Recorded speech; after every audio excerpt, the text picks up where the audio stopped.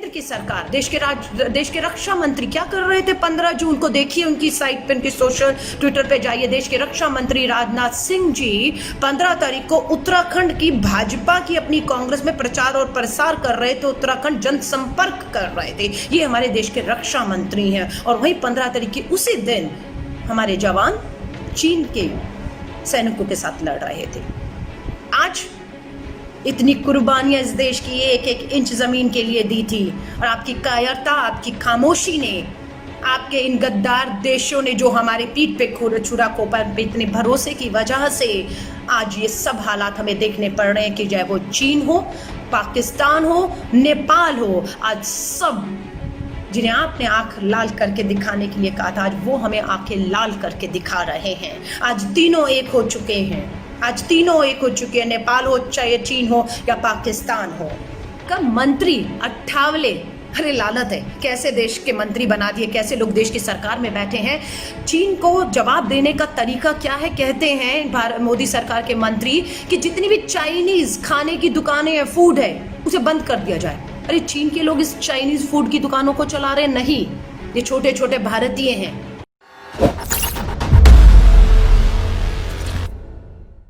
45 सालों में चीन की हिमायत नहीं हो पाई, इतनी हिम्मत नहीं हो पाई कि हमारे जवानों के ऊपर वो इस तरीके से बर्बरता के साथ, कोई युद्ध, कोई हमला नहीं है, कोई गोलियां बंदूकें नहीं चली, बर्बरता के साथ, लोहे की कील की रॉड के साथ उन्हें बर्बरता से जो है उन्हें शहीद किया गया है। लेकिन केंद्र की सरकार, देश के रक्षा मंत्री क्या कर रहे थे 15 जून को? देखिए उनकी साइट पे, उनकी सोशल ट्विटर पे जाइए। देश के रक्षा मंत्री राजनाथ सिंह जी 15 तारीख को उत्तराखंड की भाजपा की अपनी कांग्रेस में प्रचार और प्रसार कर रहे थे, उत्तराखंड जनसंपर्क कर रहे थे। ये हमारे देश के रक्षा मंत्री हैं। और वहीं 15 तारीख की उसी दिन हमारे जवान चीन के सैनिकों के साथ लड़ रहे थे। आज रक्षा मंत्री प्रेस कॉन्फ्रेंस करके बात नहीं करते, देश के विदेश मंत्री को बीच में लाया जाता है, जो चुनाव से, वोट से, देश में वायदे करके लोगों से नहीं आए।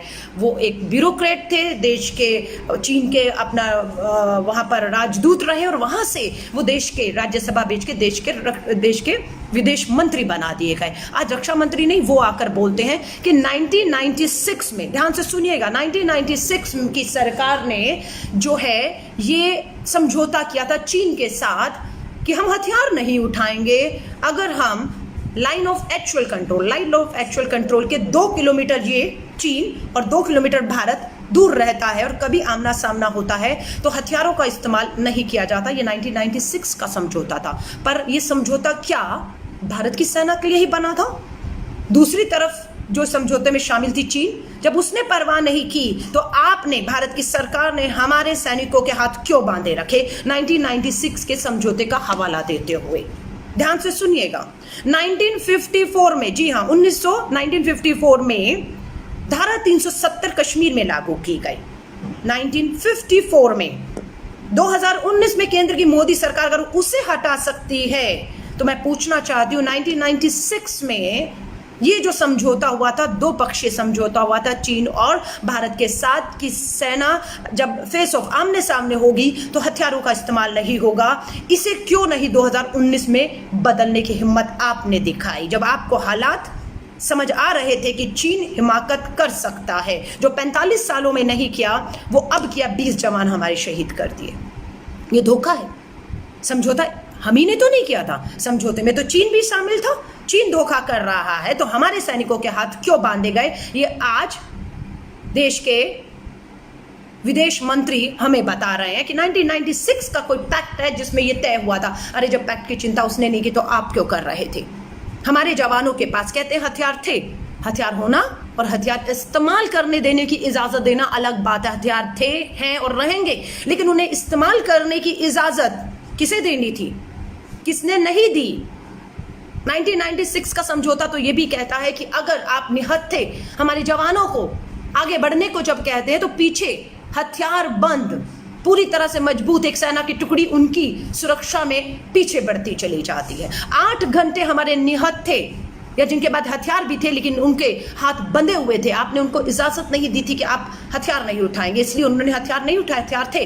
8 घंटे वो संघर्ष करते रहे हमारे जवान, 8 घंटे तक, और पीछे जो सेना की टुकड़ी आनी चाहिए थी, उनकी सुरक्षा में आनी चाहिए थी कि अगर नौबत यहां तक आए, जान पर बनवाए, तो पीछे जो सेना की टुकड़ी पूरी तरीके से सक्षम है उसे हमला बोलना है।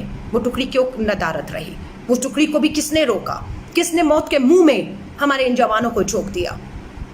और आज फर्जीवाड़ा कर रहे हैं, आज फर्जी राष्ट्रवाद कर रहे हैं, आज कहते हैं चाइना के प्रोडक्ट का बायकॉट करिए। अरे क्यों खोखले नारे दे रहे हैं? हिम्मत हो, देश के प्रधानमंत्री को चुनौती देते हैं। अगर हिम्मत हो, आज घोषणा करिए, भारत का 130 करोड़ का नागरिक, पूरी कांग्रेस देश के प्रधानमंत्री के साथ खड़ी है। घोषणा करिए, अगर हिम्मत है देश के प्रधानमंत्री की, आज हम पूरी तरह से चाइना से जो भी निर्यात कर रहे हैं, जो भी चीजें हम उनसे ले रहे हैं, वो अब हम नहीं लेंगे। घोषणा तो करिए कि हम पूरी तरह से आयात पर जो चाइना से सामान आ रहा है उस पर हम रोक लगाते हैं। जितने भी बड़े प्रोजेक्ट हम चाइना की कंपनी से यहाँ पर करा रहे हैं, दिल्ली मेरठ 120 करोड़ रुपए का, 112 करोड़ रुपए के करीब का प्रोजेक्ट अभी भारत और गुजरात, भारत और दिल्ली और मेरठ में टनल बनाने के लिए दिया है। आप उसे रद्द तो करिए। देश का 130 करोड़ का आदमी, कांग्रेस खड़ी है, हिम्मत दिखाई। लेकिन आप क्या कह रहे हैं?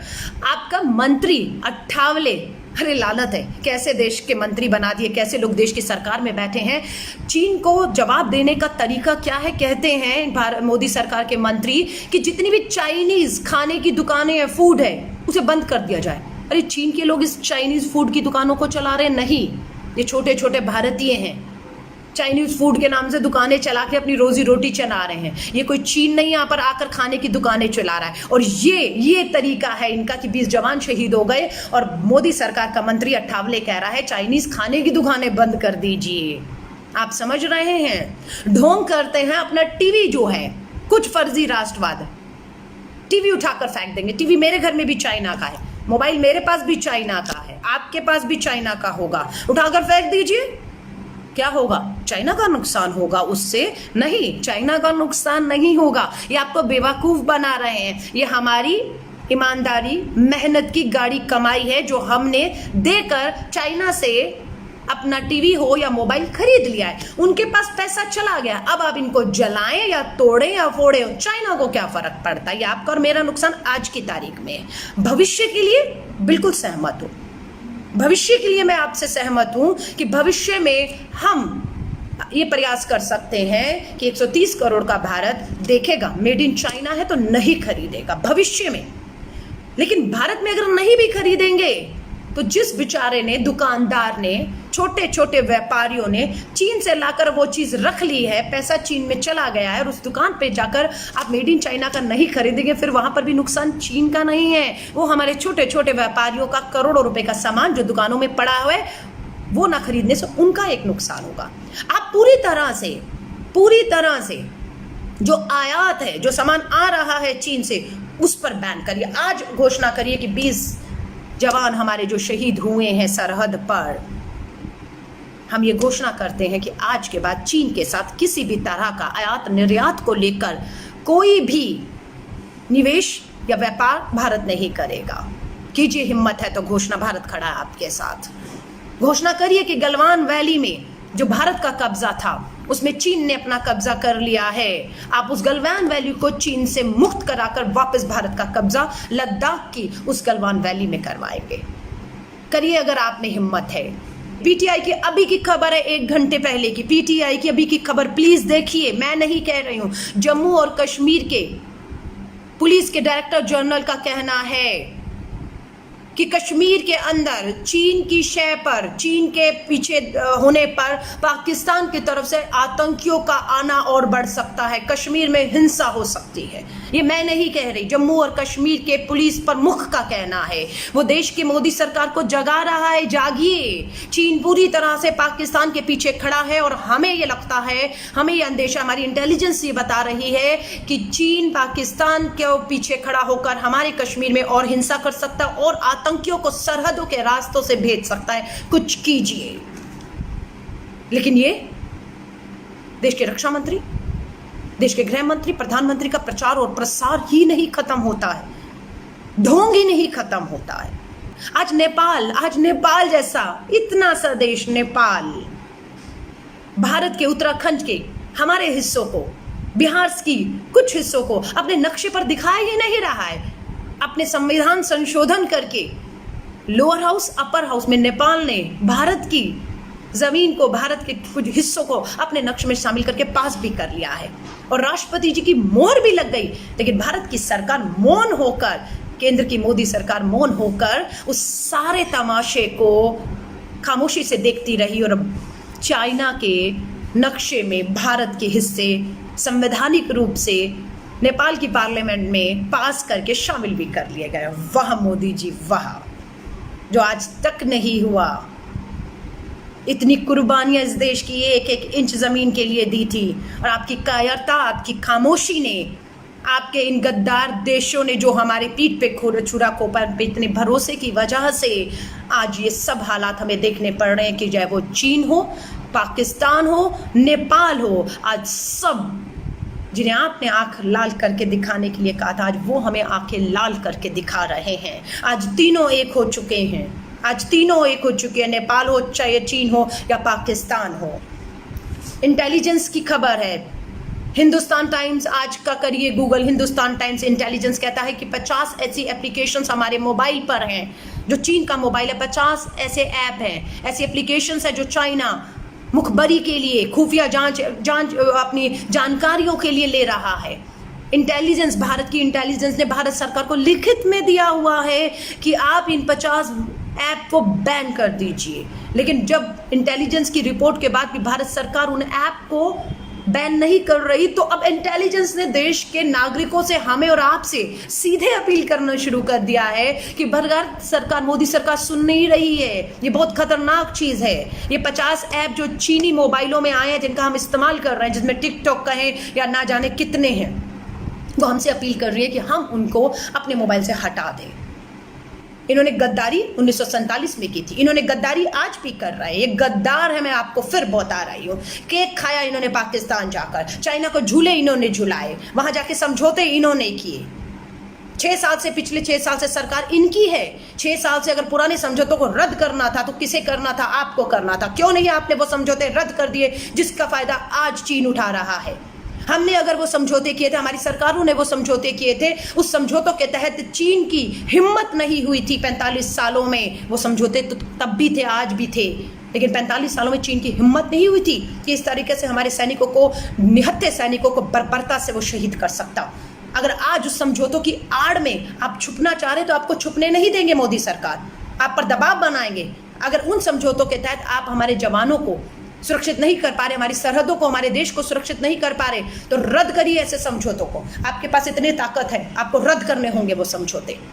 भारत का 130 करोड़ जवान आज भी एक है और देश की सेना पे विश्वास रखता है, उनके साथ खड़ा है। लेकिन उसके साथ विश्वासघात, हमारी देश की सेना के साथ विश्वासघात करने का काम केंद्र की मोदी सरकार ने किया है 1.5 महीने से चुप्पी साध कर। अभी भी मोदी जी, अगर आप में हिम्मत हो तो उठाइए फोन, शी जिनपिंग को मिलाइए और कहिए हर तरीके का व्यापार, हमारा आयात निर्यात आज से बंद। जितने प्रोजेक्ट, जितने कॉन्ट्रैक्ट आपको दिए गए हैं भारत में, चाहे सुरंग बनाने के, चाहे पुल बनाने के, वो सारे रद्द किए जाते हैं। और हम देखते हैं, बिल्कुल ये आपदा आएगी, लेकिन इसी आपदा में हम अवसर खोज लेंगे, अपने पैरों पे खड़े हो जाएंगे। लेकिन वो हिम्मत आपको नरेंद्र मोदी जी अब दिखानी है। उम्मीद करते हैं ये आवाज़ दूर दूर तक पहुंचेगी। मैं आप सभी से कहूँगी, एक है, एक थे, 130 करोड़ का भारत एक रहेगा। देश की सेना के साथ कल भी थे, आज भी हैं और रहेंगे। भारत चीन सीमा पर 20 जवानों को, निहत्थे जवानों को शहीद कर दिया गया। उनकी शहादत हम बेकार नहीं जाने देंगे। देश की सोती हुई मोदी सरकार को हम जगाएंगे और उनके, मोदी सरकार ने जो अपने हाथों को इन जवानों के खून से रंगा है, उसे तो उन्हें धोना होगा। जय हिंद, जय भारत। अगर आपको हमारे वीडियोस पसंद आए तो प्लीज़ लाइक करें, सब्सक्राइब करें और शेयर करें।